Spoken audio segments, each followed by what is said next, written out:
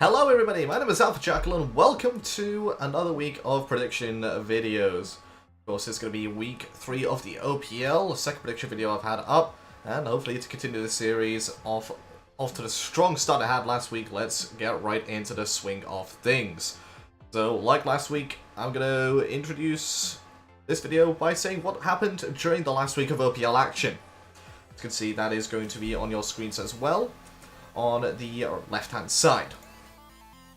First up was Legacy versus Avant Garde in what was the game of the week. Legacy played lights out in game 1. The role sort of really held out, putting Ogre back into the solo lane. He made El Chuckles look average at best, and that's not something you say every day. Only the top solo laners in the world can really make a LAN MVP like El Chuckles look average. And Ogre, he did just the job that they needed to. Shred back in the jungle as well means he's able to shot call for his team better from this position. And game 1 is more what to expect from Legacy as these weeks go on. Game 2, however, unfortunately was defined by Shred's DC. Nothing too much to say on that front.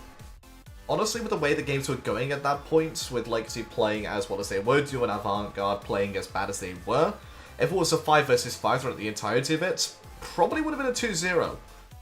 You could see that even 4 versus 5, Avant Garde was struggling against Legacy, and when Shred came back, they were on a very limited timer, and Shred nearly got back into the game and nearly started to influence it the way he needed to make sure that Legacy were fighting 5 versus 5. Unfortunately for him, the time he reconnected, it didn't give him the time needed to get back into the game.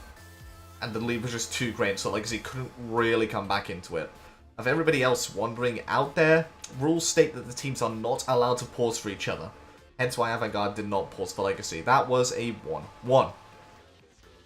Game 2 on that Saturday saw Alpha Sydney take on Royalty. Game 1, Swifty's Neath combined with really the psychological aspect of Susano. We didn't do too much in terms of ganking and getting kills, but it's just the fear of Neath combined with Susano that really allowed Alpha City to gain control for the early part of that game.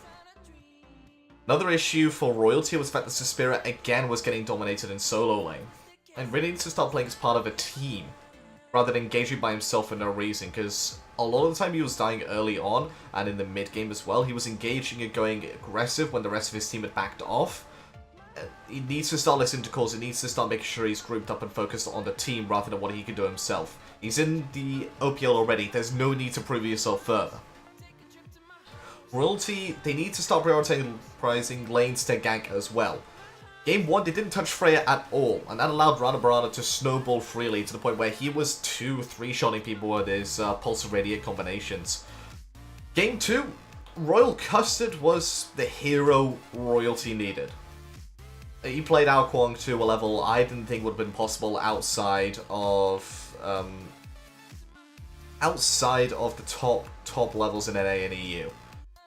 It blew my mind. I mean, even Hurrywind and adapting would have been impressed at exactly how well he played that Ao Kuang. But unfortunately, he could not carry hard enough. The lead kept on getting built up by Alpha Sydney over and over and over again, to the point where no matter how far ahead Royal Custard got, no matter how many kills he got, no matter how much damage he was outputting, it just wasn't enough because the rest of his team was so far behind.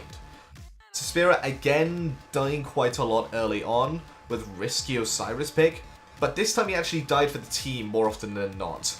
He's learning from past mistakes, which is a good thing. Royalty needed to take these first couple weeks, maybe even next week as well, to start getting a feel for the OPL, start getting a feel of what it's like to play at this professional level, before they then start picking up wins and start developing their own mini-meta. The Wrath from Slicey, though, in Game 2, allowed for a small snowball for Alpha City, which is what gave them the advantage that they needed to win, and to make sure that Royal Custard could not influence the map as hard as he wanted to as his Ao Kuang. Then we move on to Sunday. That was Pandamonium versus Corvidae. No real news to talk about that game, apart from the fact that Corvidae looked better in this set than they did in last Split's set against Pandamonium. Pandamonium showed a little bit of shakiness against them in Game 1. Game 2 was completely clinical. Pandamonium really showing that they are the team to beat in Oceania. Of course, the double matchup for this week was Avant Garde v Alpha Sydney. Liquid Renegade got heavily focused in Game 1 in the jungle role. A lot of back and forth. The jungle disparity should have been too much to handle. Really, Alpha Sydney should have won Game 1. Slicey & Co could not snowball hard enough against the mid-game composition of Avant Garde though. It's really the rotational power come from iDivine's Yanis, as well as the defensive capabilities of Gruff's Geb. And Amaterasu plus Bellona is a very strong double warrior combination. So you have stuns, you have a lot of CC that you wouldn't expect to come out, like a disarm or a silence, as well as some movement and bonus physical power coming out for those Benevolence auras. And from that, it was really on the back of iDivine to rotate the team around the map and make sure that Alpha Sydney couldn't do what they wanted to in terms of objective pressure. Avant Garde then managed to take that game really on the back of iDivine, I would like to say. He performed amazingly this set. And one last note about that game, UC got triggered by a tower being a 1 HP. Ha ha ha ha ha, get triggered. Game 2. So a little bit of a different strategy, and we saw from the post-game interview that it was actually a mistake. A double wrath coming out from Alpha Sydney. Honestly though, it actually made the composition work and made it better than what it was. Actually allowed them to get the objective control that they needed to make sure that Avant Garde could not get back into a game. They couldn't find any objectives Avant Garde at all, even with the Susano, Janice, and Geb composition. I mean, that's a lot of security and a lot of rotational ability to go towards that Gold Fury in case another team's doing it, and they just still could not find the objective control that they wanted with that comp. Every single time Alpha Sydney won a fight in that game, they got something from it, whether it be a tower, whether it be Gold Fury, whether it be just buff invades in general. Avant Garde never really got the chance. They won most of their fights early on in the game, and during that time of the game, buffs are typically down when the fights are starting to break out. You could only really get mid-comes, maybe a Gold Fury, but when one Wrath was down, the other Wrath was always up from Alpha Sydney, meaning there was no way that Avant Garde could really get a Gold Fury that game. Better team from Alpha Sydney won them the game in the end, as well as the objective pressure was fantastic. We were unable to finish Game 2, but Alpha Sydney won it in convincing fashion within 6 minutes after the stream crash. There wasn't really much Avant Garde could do at that point. They were fighting into a late game Chronos who was snowballing so hard. Swifty had some good plays that game on that Chronos. I really, really like seeing one of my favorite gods played to a high level. So that was it for this set. That ended up as a 1-1. Avant Garde taking Game 1, Alpha Sydney taking Game 2. And that ended that week off with quite an unfortunate ending and an anticlimactic one at that with the stream crash. But it was a good set nonetheless. However, out with the old, in with the new. It is this week. And Saturday sees the start of the week with Royalty versus Corvidae. Two relegation teams, Royalty beating them last time out in relegations, obviously. And Corvidae got back into the OPL through Insight disbanding, but that's enough of that. Both have had a shaky start to the split. Royalty so far unable to pick a win. Corvidae have done so against Alpha Sydney. Corvidae are a much more cohesive unit than last split, and from the looks of things, from relegations as well. They've really stepped up the game and really recognized that this has been a lifeline for them, getting back into the OPL the way that they did, and they've taken full advantage of it, really developing as a squad as a whole. The games really can come down to who can control the map objectives better. Something that both teams have really struggled with throughout the entirety of their life in the OPL. Could also really have a look in the solo lane saying Suspira has to make sure he plays safe and make sure he plays smart, because otherwise Corvidae can look to exploit that weakness and control the solo side of the map to then look to influence the mid and then later on in the game control the Gold Fury and the duo lane. Overall, this can go either way, but my prediction is going to be a 2-0 to Corvidae, and guess what? You won't be hearing me say that very often. Both of these teams probably are looking at finishing 5th and 6th respectively.